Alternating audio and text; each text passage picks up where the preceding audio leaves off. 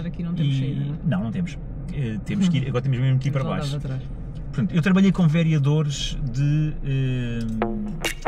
Está tudo? Vamos a isso? Vamos carregar aí de lado. Isso. Então, muito bom dia. Bom dia, bem-vindos a Sintra. Muito obrigada, bem-vindo ao Carpool do Observador. É um repetente, já sabe como é que vai ser.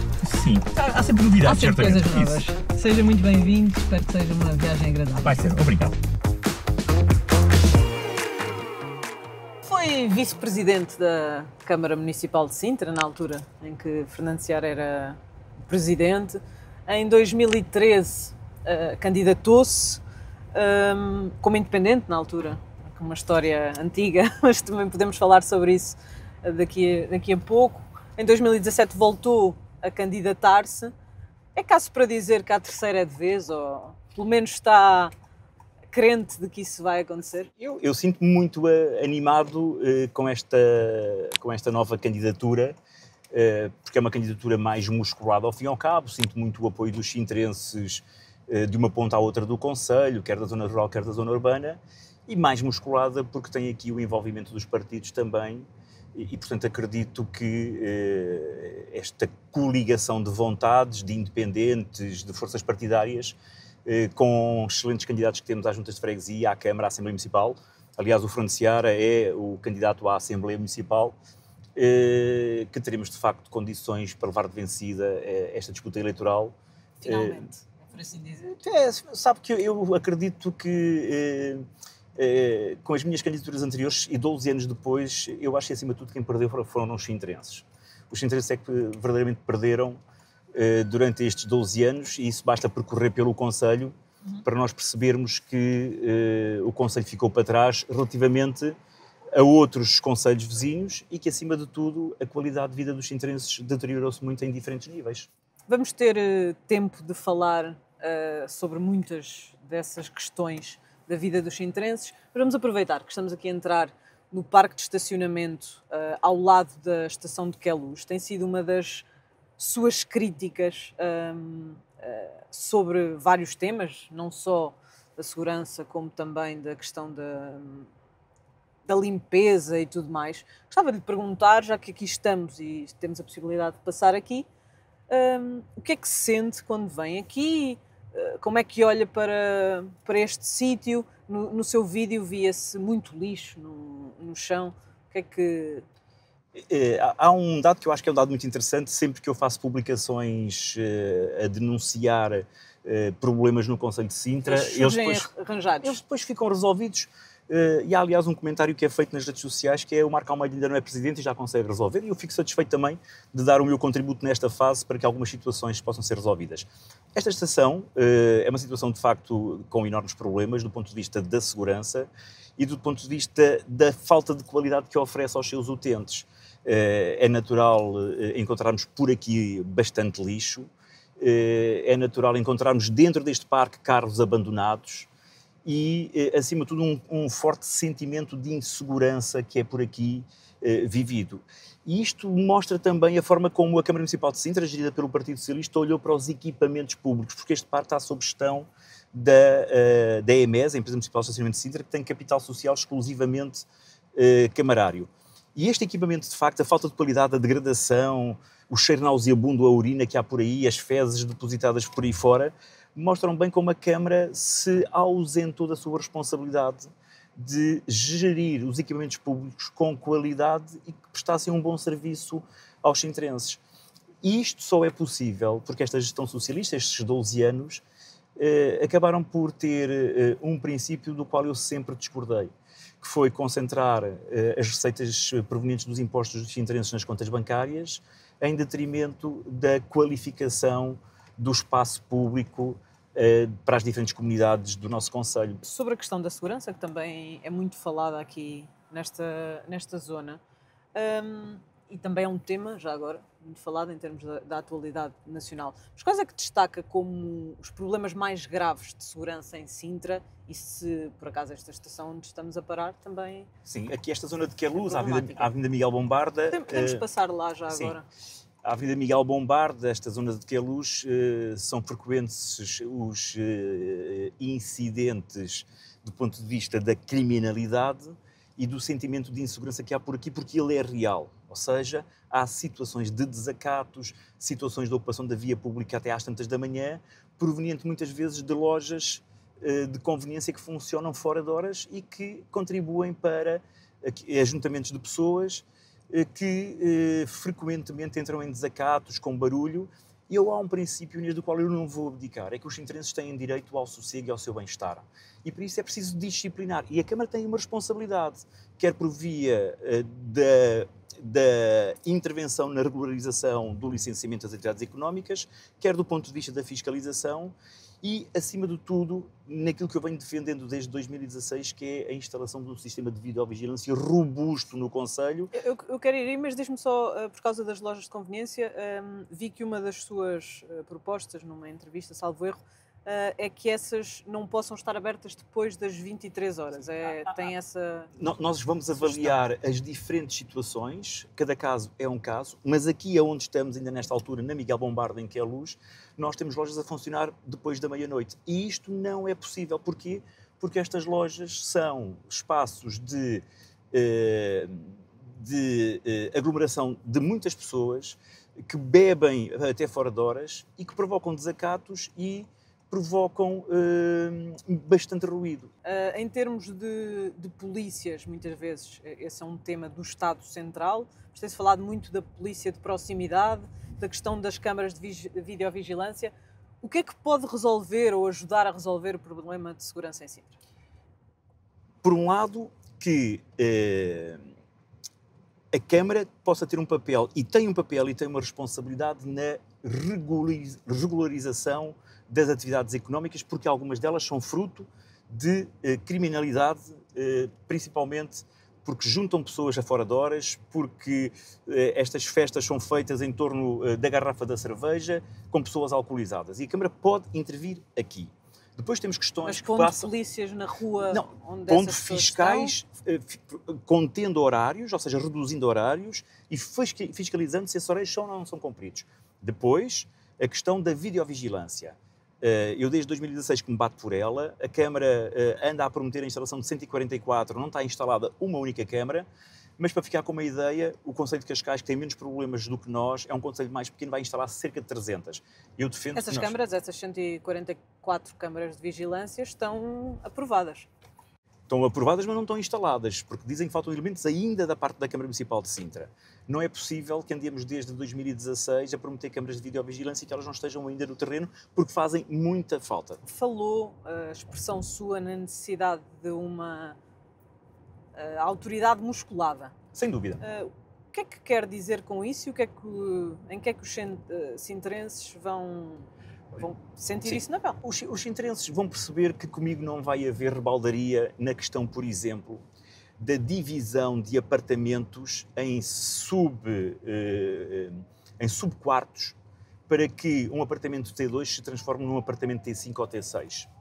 Portanto, hoje esta é uma situação que penaliza muito o Concelho de Sintra, porque nós temos muitos apartamentos que estão subdivididos, ultrapassando as áreas para as quais estavam definidas, para que haja o aluguer de quartos, muitas vezes, alguns deles, de forma clandestina. É uma situação grave, que impõe pressão sobre o condomínio, sobre as infraestruturas públicas e que depois também tem aqui uma questão que tem a ver com a fiscalidade. Portanto, desse ponto de vista não vou transcender. E quando eu digo musculada, significa que a Câmara tem recursos para poder identificar situações dessas e para poder agir. Não é andar a empurrar com a barriga, porque esta Câmara, durante estes 12 anos, a Câmara Socialista, não construiu uma habitação. E, portanto, agora fecha os olhos para não ter um problema de maior pressão pública sobre si própria. Mas esta questão da autoridade musculada passa também pela regularização das atividades económicas. Não é possível que uma loja esteja aberta até às 23, 24 horas, quando só tem autorização para funcionar até às 7. Quando falo em autoridade musculada, tem a ver com a colocação de polícia na rua através destes gratificados. Quando fala em autoridade musculada, significa que a sua fiscalização tem que ter os meios necessários, quer do ponto de vista dos recursos humanos, quer do ponto de vista dos meios móveis, para poder ter uma intervenção em todo o terreno. Eu não aceito que o Concelho de Sintra esteja a ser invadido com habitação clandestina não de barracas, mas de casas de madeira e de pequenas habitações espalhadas por este território todo. Não é aceitável. Se houver habitação ilegal enquanto for Presidente de Câmara, é para demolir de imediato? Tem que ser, porque não é aceitável que nós... Eu vou dar conta do seguinte, eu tive o pluro da habitação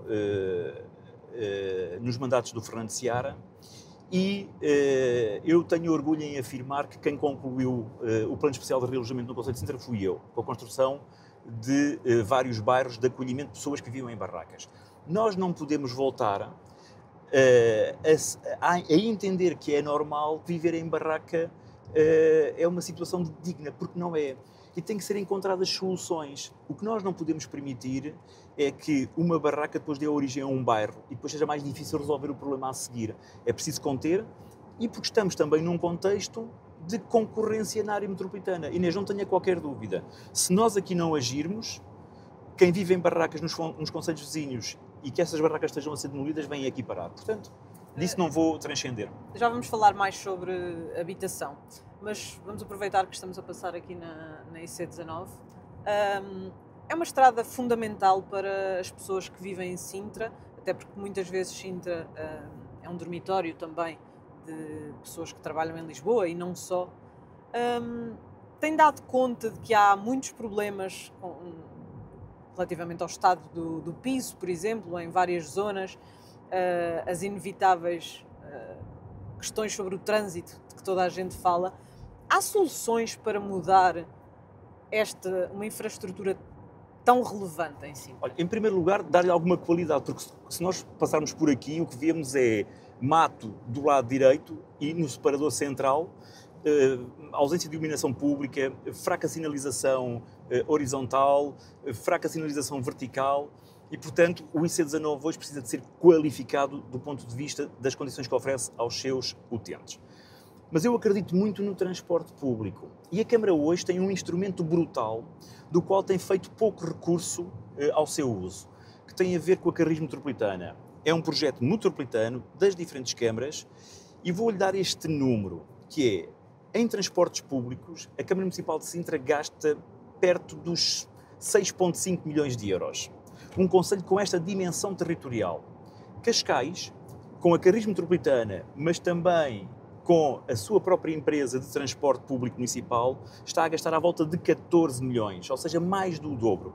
A pergunta que eu faço é se a Câmara de Sintra está a fazer os possíveis para oferecer transporte público de qualidade por via da Carris Metropolitana, porque é essa a sua responsabilidade aos sintrenses. E eu digo, não está. Faltam circuitos, faltam horários e falta essencialmente carreiras. É a segunda vez que fala de Cascais desde que entramos aqui no carro do Observador. Olha, repare bem o que está aí por desmatar. Peço desculpa.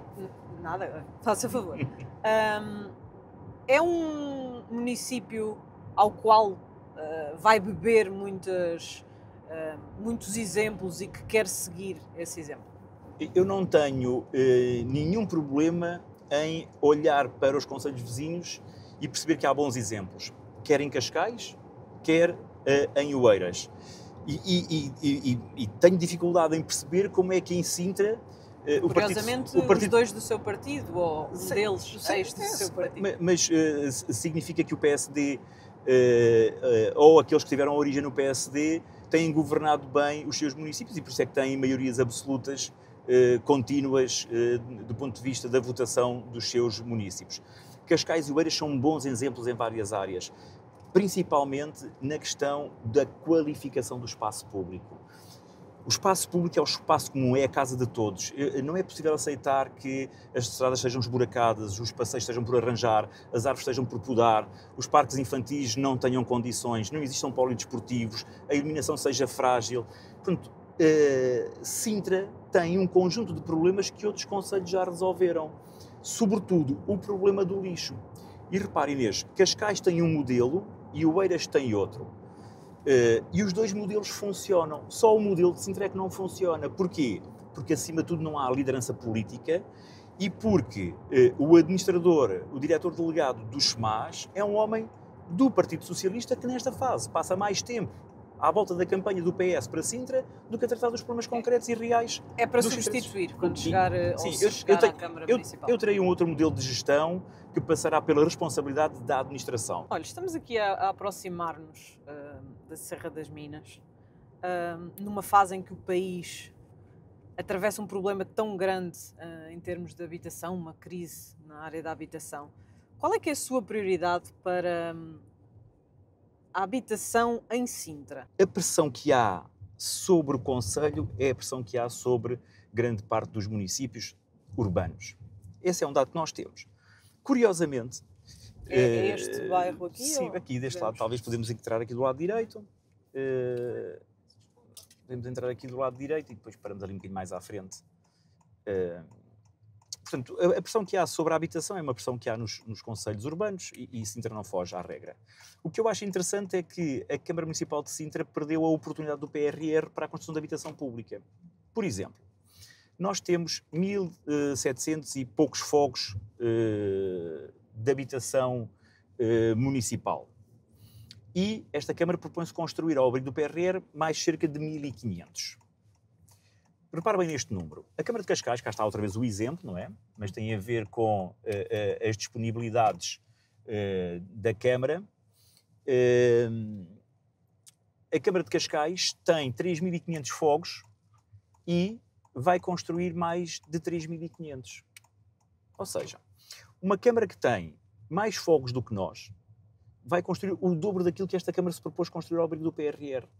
Alguma coisa está mal nisto. E o que está mal é o entendimento que a Câmara Municipal de Sintra, através da gestão socialista, tem sobre o dinheiro público.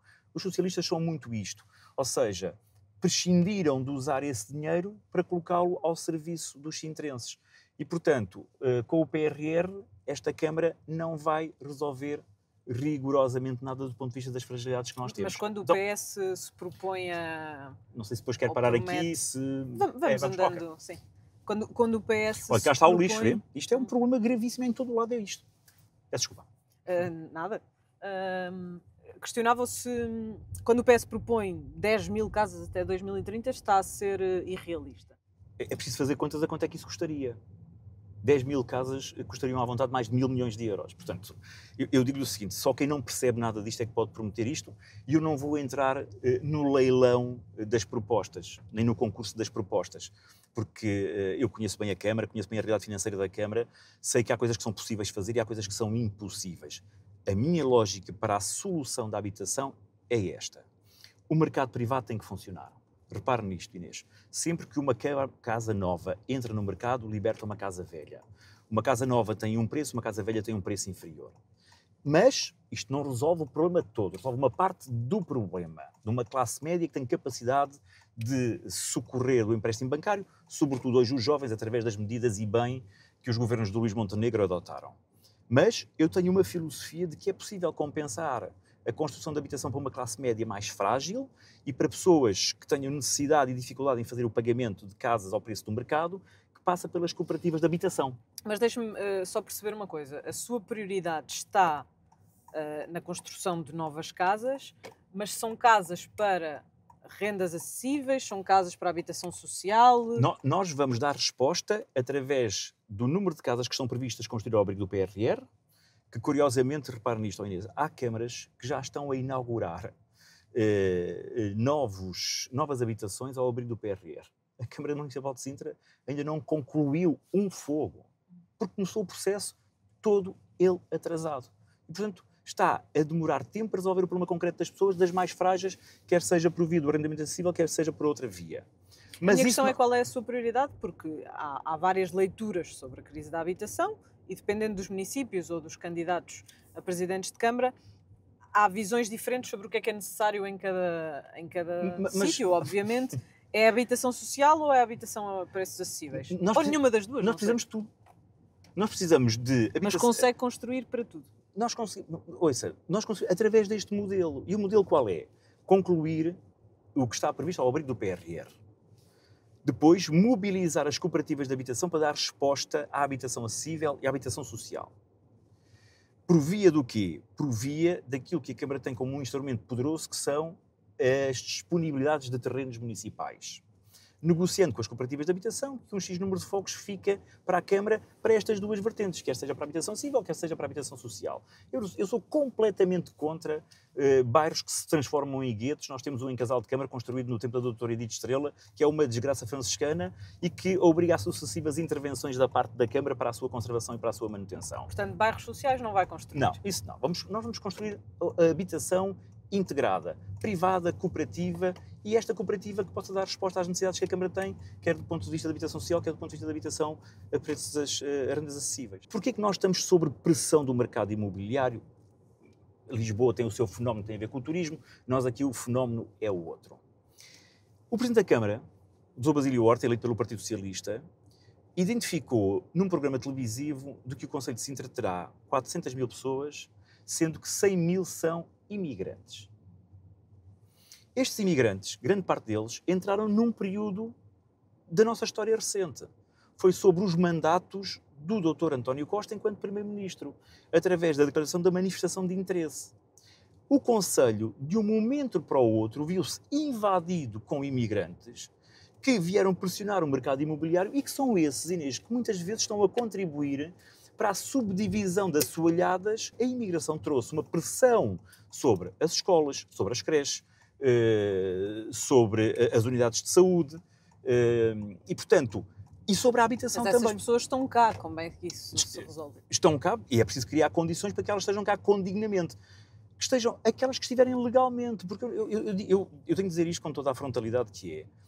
O país tem regras e elas têm que ser para cumprir. E eu acho que este governo do PSD está aí no caminho certo. A imigração tem que ser regulada, porque temos que oferecer condições àqueles que cá estão e que contribuem para o país de forma positiva. Também é contra a leitura que o Tribunal Constitucional fez do pacote. Claramente, não é? Eu acho é que neste país é difícil avançar, porque ainda há um conservadorismo muito grande que depois impede a aplicação de medidas que procuram resolver problemas. Eu acho que o governo está na linha certa, está no caminho certo, para ajudar a resolver vários problemas. Nós estamos na Tapada das Mercês, isto aqui é um regabof de divisão de apartamentos em subassoalhadas. É um regabof. Chegam-me aqui todos os dias reclamações de pessoas que vivem nos diferentes edifícios a dizer que é barulheira dentro das casas, barulheira cá fora, ocupação do espaço público com festas até às 2, 3 da manhã. Isto não é aceitável, eu não posso aceitar isto. Deixa-me aproveitar este espaço até ao próximo ponto para falarmos um bocadinho sobre a sua candidatura. Desta vez conseguiu uma coligação com a Iniciativa Liberal e com o PAN. Convidou o CDS para fazer parte dessa coligação, não foi bem sucedido. Aliás, Maurício Rodrigues é mesmo candidato em nome próprio. O que é que correu mal nestas negociações? Deixe-me dar conta do seguinte, a democracia é a oportunidade de todos e, portanto, eu saúdo todos os candidatos de forma calorosa neste combate e neste desafio, acreditando que todos eles terão propostas para melhorarmos o Concelho e a seguir ao dia 12 de outubro, vencendo a Câmara, terei disponibilidade para falar com todos, ao fim e ao cabo, nesta perspectiva de saber a sua opinião. Já lá vamos, mas antes do dia seguinte, o dia antes, o que é que falhou? Sobre a questão do CDS-PP, as questões são claras. Nós, com a Iniciativa Liberal e com o PAN, nós começámos por tratar do programa eleitoral ao fim e ao cabo e, portanto, foram negociados temas que deveriam estar incluídos da parte do PAN e da Iniciativa Liberal no programa eleitoral da candidatura e eu aceitei isso de bom grado e nós sabemos que as candidaturas fazem-se também de lugares e propusemos a distribuição de lugares ao PAN e à Iniciativa Liberal, no sentido de formalizarmos uma candidatura. Portanto, foi aceite, nós temos a presença da Iniciativa Liberal e do PAN, fazemos aqui uma coligação de vontades para resolvermos os problemas do Concelho de Sintra. Com o CDS, a proposta que lhes foi feita do ponto de vista da atribuição de um lugar na variação não foi aceita e, portanto, o assunto ficou resolvido.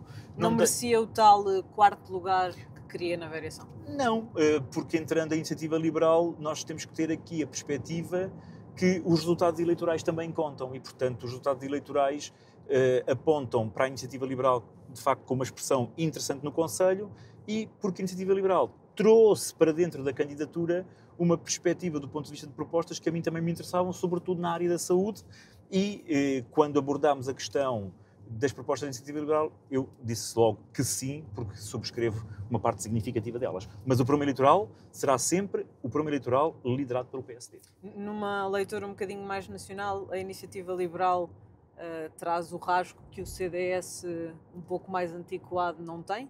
Foi isso que aconteceu? Eu acho que vale a pena esconder isso, e eu com frontalidade digo, a Iniciativa Liberal traz a novidade ao fim e ao cabo e a inovação, do ponto de vista das propostas que apresenta. E eu acho que elas têm que ser entendidas, e nós percebemos isso quando o país virou à direita e permitiu o crescimento, quer do PSD, no âmbito da AD, é verdade, quer da Iniciativa Liberal e de outros partidos. Portanto, significa que, de facto, o país está virado também para a responsabilidade individual, que era isso que eu dizia há pouco sobre a habitação.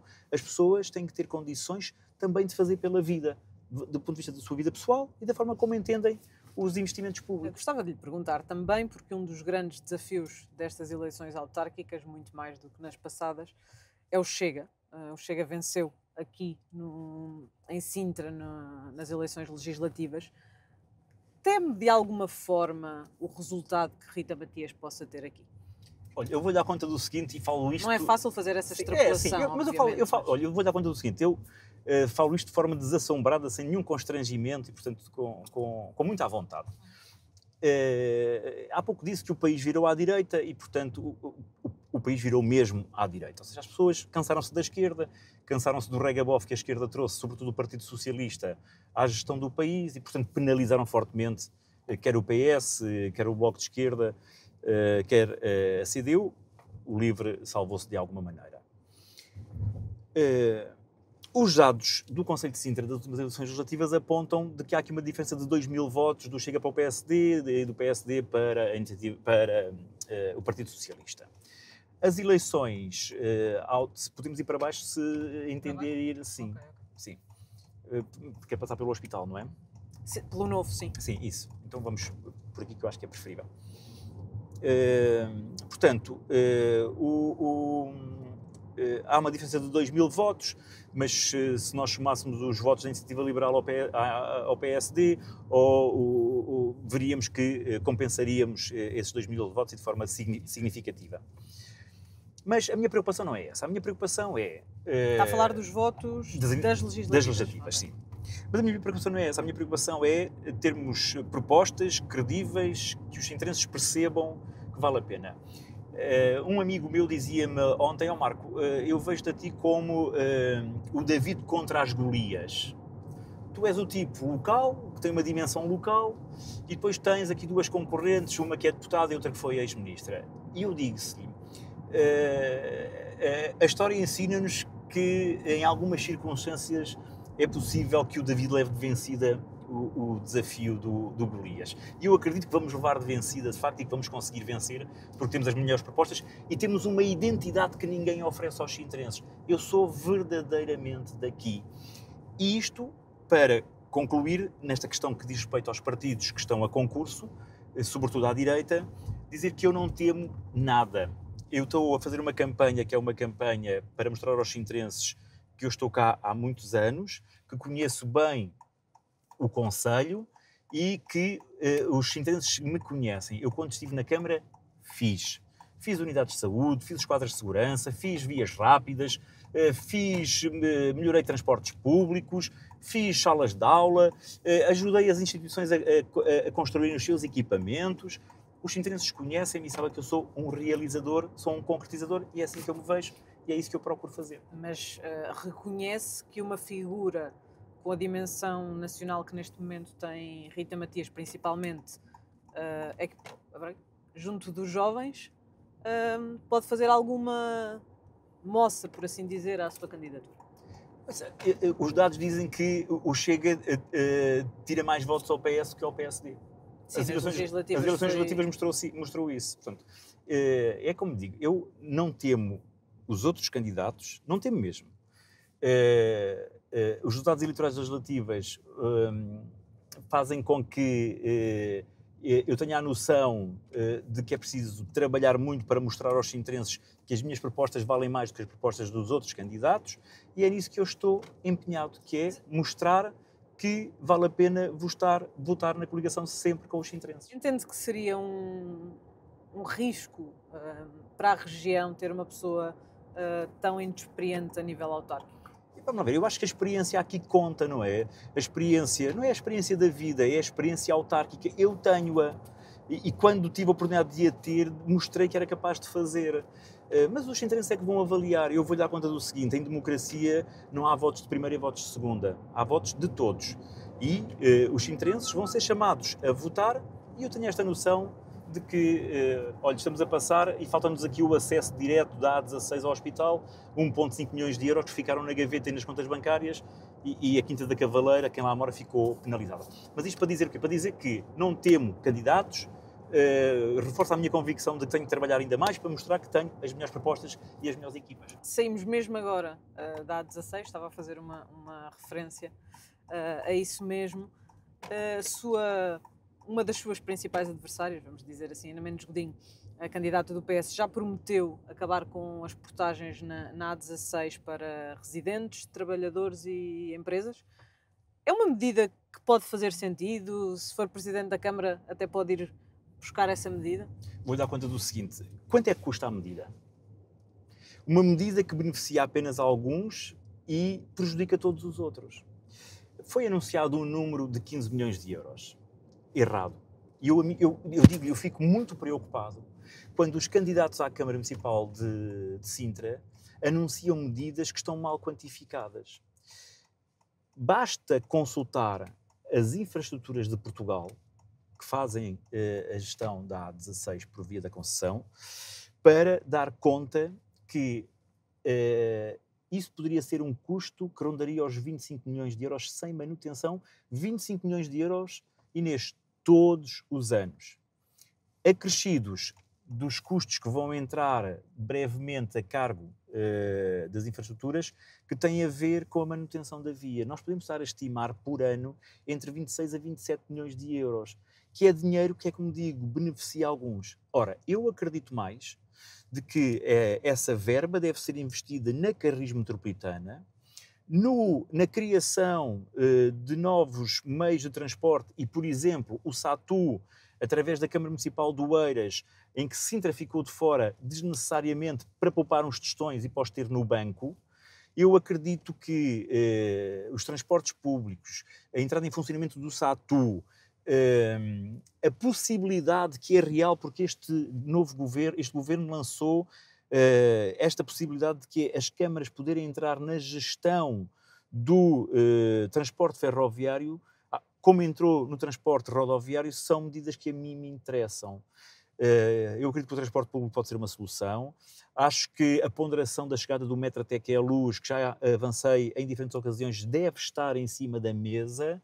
E do ponto de vista ambiental é sempre favorável apostarmos mais no transporte público, no transporte rodoviário, embora a carência de vias dificulte também. Já vamos falar um bocadinho mais do transporte público, mas vamos aproveitar que estamos aqui no muito recente, novíssimo Hospital de Sintra, que por acaso tem sido alvo de inúmeras críticas da sua parte. Supostamente vai ser um apoio ao Hospital Amadora Sintra, que muitas vezes tem uma afluência enorme perante aquilo que são as condições que tem. Não vê benefícios nesta obra? Eu vou dar conta do seguinte, Inês, e eu digo isto aos sintrenses com toda a transparência. Eu gostava de dizer bem.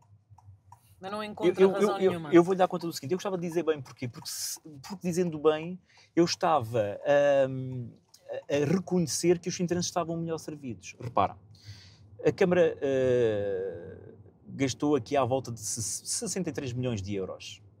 É quanto custou esta unidade. Depois com equipamento, uma parte da administração central, etc. A pergunta que eu deixo é, que benefício têm os sintrenses? Ou seja, construiu-se uma unidade, a Câmara substituiu-se ao Estado Central e ao Ministério da Saúde e não negociou, e isto para mim é que é grave, porque era o que eu dizia sobre as forças de segurança lá atrás. A Câmara não negociou o reforço de recursos humanos, sobretudo pessoal médico e de enfermagem, nesta nova unidade. O que se fez? Foi-se buscar ao Amadora Sintra, ao Fernando Fonseca, os recursos para aqui. Ou seja, dividiu-se os poucos recursos que já tínhamos. quando a Câmara entendeu avançar, a Câmara devia ter negociado de facto a questão da distribuição dos recursos humanos. Não o fez e perdemos todos. Aliás, encontra certamente na comunicação social críticas de médicos e dos sindicatos sobre o prejuízo que esta unidade está a contribuir para o Amadora Sintra do ponto de vista da prestação dos seus cuidados de saúde. O que está a dizer é que supostamente era para ser benéfico e prejudicou ainda mais o Hospital Central aqui. Olha, desse ponto de vista não sou eu que o digo. É aquilo que eu tenho lido na comunicação social, quer por via de médicos, das equipas médicas, quer por via dos sindicatos e dos utentes que se socorrem aqui deste serviço, em que a constatação que fazem é, de facto, o serviço é muito escasso face às necessidades que nós temos no Concelho de Sintra. Portanto, acho que não ganhámos nada, aliviámos o Estado Central sobre uma responsabilidade que era dele e vamos ver como é que vai ser o futuro do ponto de vista da gestão. Eu vou ser firme com o Governo. Não me interessa se é do PSD, do CDS, do Partido Socialista, seja quem for. O Amadora Sintra, esta unidade local de saúde, Sintra Amadora ou Amadora Sintra, não pode ter os recursos que tem atualmente a seu cargo. São insuficientes para a população que temos, a quem temos que prestar serviços de saúde. O hospital está feito, suponho que, apesar das críticas, não o queira mandar abaixo. Pois não, isso não, de facto. O que é que vai fazer com ele?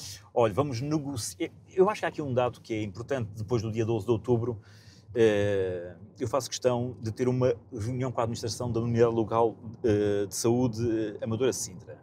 Há um dado que eu acho que é um dado importante, que é, ao fim de 3 meses de funcionamento, qual é a avaliação que a administração da entidade que gera o hospital faz sobre a entrada em funcionamento desta unidade de saúde de Sintra? Qual é? Quantos serviços foram prestados? Quantos utentes se utilizaram? Horários de abertura? Serviços prestados? Para sermos sérios, nós temos que começar por aí, não é? Ou seja, percebermos qual foi a utilidade nestes primeiros 3, 4 meses da abertura desta unidade. E depois temos que encontrar soluções. Olha, eu tenho aqui uma proposta que me parece que faz sentido. A Câmara de Cascais e do Oeiras andam a construir habitação para médicos, professores, forças de segurança. Porquê? Porque eles sabem que estamos numa área concorrencial em que faltam recursos, ao fim e ao cabo.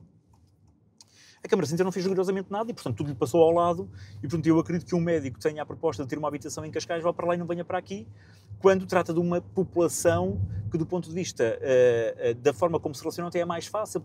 A questão da língua, por exemplo. Quase que apetece-me provocá-lo e dizer-lhe que a placa que gosta mais em Sintra é aquela que diz Cascais. Não. Eu digo que a placa que eu mais gosto é a da qualidade. E esse é o meu objetivo.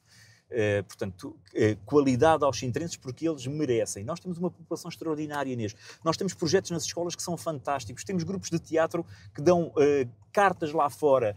Temos empresários que são altamente inovadores. Nós temos uma efervescência dentro do Concelho, mas depois tivemos o azar de, nestes 12 anos, termos um mau poder político liderado pelo Partido Socialista. E esta marca, não há nenhum candidato ou candidata que se livre. O PS prestou um mau serviço aos sintrenses. Santa paciência, isto tem que ser dito. Deixe-me perguntar-lhe, já que estamos aqui a chegar a uma zona mais central, e regressando aqui um bocadinho à questão da habitação, só para levantar aqui uma questão. Há, desde sempre, problemas de heterogeneidade aqui em Sintra. Além de haver problemas na habitação, também há muito turismo de luxo, muitos condomínios privados. Há alguma forma de combater estas diferenças dentro do município, ou elas até dão jeito para ir buscar ao turismo e investir noutros locais? O que fica do turismo em Sintra, para além da atividade económica, não é assim tanto, a não ser por via dos palácios. Mas olha, repara, a administração da Parque Sintra Monte da Lua foi ontem nomeada, não tem um elemento da Câmara. Significa o quê? Significa que esta Câmara não tem nenhuma capacidade de influenciar o Governo sobre uma empresa, que é uma empresa pública, em que tem 15% do capital social municipal e que a Câmara de Sintra deixou de ter o lugar que teve durante anos. Isto mostra bem como o poder político em Sintra está altamente fragilizado, quando tem esta capacidade de influenciar.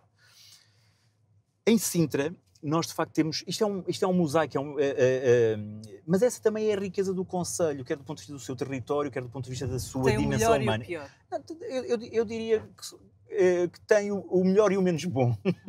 E o menos bom são desafios. Mas vou-lhe dar aqui este dado que eu acho que é um dado muito interessante. Eu reuni com a Associação dos Proprietários da Serra de Sintra. Portanto, imóveis que valem muitos milhões de euros.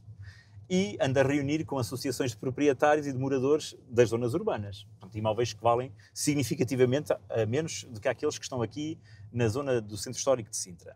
Os problemas são os mesmos, curiosamente. Eu vou-lhe dar conta, olha. Fraca qualidade dos acessos rodoviários. Problemas de lixo. Então isto é comum mesmo a todo o concelho. O lixo é a marca deste executivo socialista. Isto para dizer o quê? Ou seja, quer se viva numa zona rica ou numa zona com menos de condição social mais baixa, o que acontece é que os problemas são os mesmos. Significa que ninguém aqui foi bem tratado. Ou seja, todos foram maltratados. Porque podíamos dizer, não, os tipos da Serra de Sintra têm uma qualidade de vida brutal. Não tem nada. Olha, e estes são massacrados por causa da pressão turística que a Câmara também não conseguiu resolver.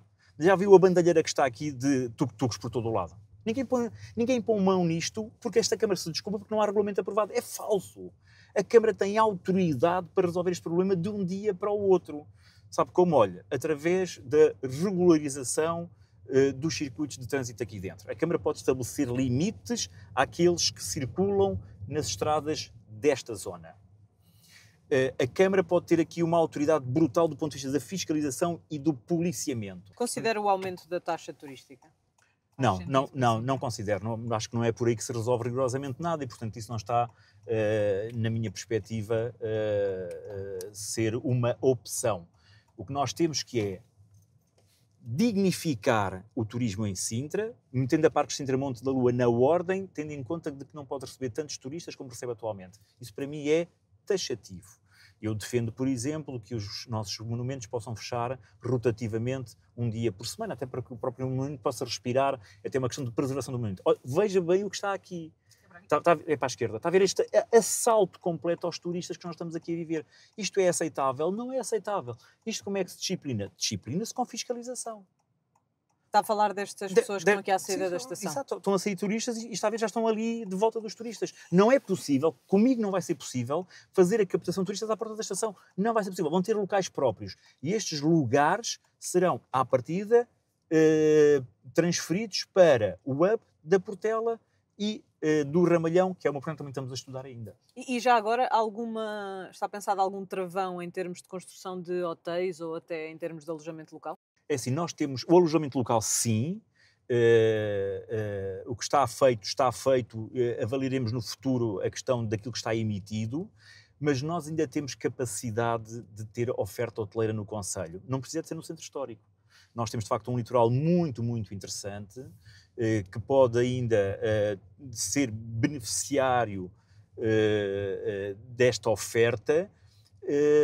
E temos zonas aqui no limite do centro histórico que também podem ter esta oportunidade. Estamos a acabar a nossa viagem, mesmo aqui em frente à Câmara Municipal. Gostava de lhe perguntar, já disse que não tem linhas vermelhas, mas isso significa que no dia a seguir às eleições não tem um parceiro preferencial? Olha, o meu parceiro preferencial vai ser a competência. Eu, nos 12 anos que estive na Câmara, eu trabalhei com vereadores da coligação PSD-CDS, com vereadores da CDU, com vereadores e com vereadores e do PS, aliás. Portanto, eu trabalhei com vereadores de diferentes formações partidárias e encontrei gente competente em todo o lado. Para os sintrenses, o importante é o quê? É ter uma convicção e uma opção ideológica ou ter uma opção pela competência dos vereadores eleitos, distribuindo pelouros de acordo com essa competência, mas não abdicando do programa eleitoral que apresentei. Se os vereadores... Concorda com aquela ideia de que nas autárquicas não contam tantos partidos, contam mais as pessoas? Sem dúvida nenhuma. Eu subscrevo isso na íntegra porque eu vivi isso. Eu vivi isso com o PSD-CDS, eu vivi isso com a CDU, eu vivi isso com o PS. Eu acho que fazer acordos pós-eleitorais em que o princípio seja o acordo partidário, eu não vou embarcar nessa opção. Esse não é o meu caminho é os vereadores que tenham competência para o exercício de cargos. Se precisar dos vereadores do Chega para aprovar medidas, não tenho nenhum problema com isso? Não tenho. Desde que sejam as minhas medidas, as medidas do meu programa eleitoral. E se for preciso chamá-los para o seu executivo, está disponível para isso ou prefere governar em minoria? Eu deixo-me dar conta do seguinte, como disse há pouco, eu faço questão de governar com os competentes. Eu peço muito aos sintrenses que avaliem o perfil das listas à variação. E as listas de variação são feitas por pessoas. Olhem para os seus currículos. Inês, acha aceitável de que o atual vice-presidente da Câmara, eleito pelo Partido Socialista, não tenha o seu currículo publicado na página oficial da Câmara? O que esconde? O seu vai estar lá. Sempre esteve. Os sintrenses a mim conhecem-me. O meu currículo sempre esteve. Já agora, olhando para o outro lado, se perder as eleições, sei que me vai dizer que esse cenário não está em cima da mesa, mas pode ficar com o lugar de vereador ou isso já não... Deixe-me dar conta do seguinte, eu estou em ponderação relativamente a isso. Eu tenho 30 anos de serviço autárquico no Concelho de Sintra. Eu só quis ser autarca no Concelho de Sintra, comecei no executivo de uma junta, então a Gualva Cacém. Depois, perdendo as eleições, passei para a Assembleia de Freguesia, onde liderei a bancada durante 4 anos. Depois fui eleito vice-presidente da Câmara em 2001. E depois tive 8 anos na oposição com o Dr. Basílio Horta. Fui professor no Concelho de Sintra, fui presidente da Cruz Vermelha de Sintra, sou voluntário na Cruz Vermelha de Sintra, portanto tenho uma forte ligação ao Concelho, gosto deste Concelho, porque considero que é o meu Concelho. Foi o Concelho que me acolheu quando tinha 5 anos e à minha família também. Já chega. Não diria já chega, posso dizer basta. Já, mas se perder pondera não ficar como vereador. Sim, se perder.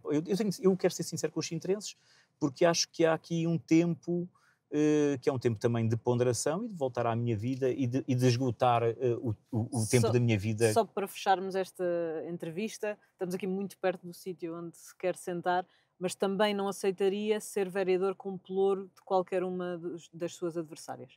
Eu vou-lhe dar conta do seguinte, eu ficando, se os sintrenses não confiarem em mim a presidência da Câmara, ponderando se fico, se não fico, ficarei sempre sem pelouros. Os sintrenses decidirão quem vence e que se respeitem os resultados eleitorais. Marco Almeida, muito obrigada por esta viagem a bordo do Carpool do Observador e até à próxima. Boa campanha. Muito obrigado eu pelo convite também e desejando o maior dos sucessos ao programa, porque é de facto fantástico. Gostei imenso, adorei. Muito obrigada.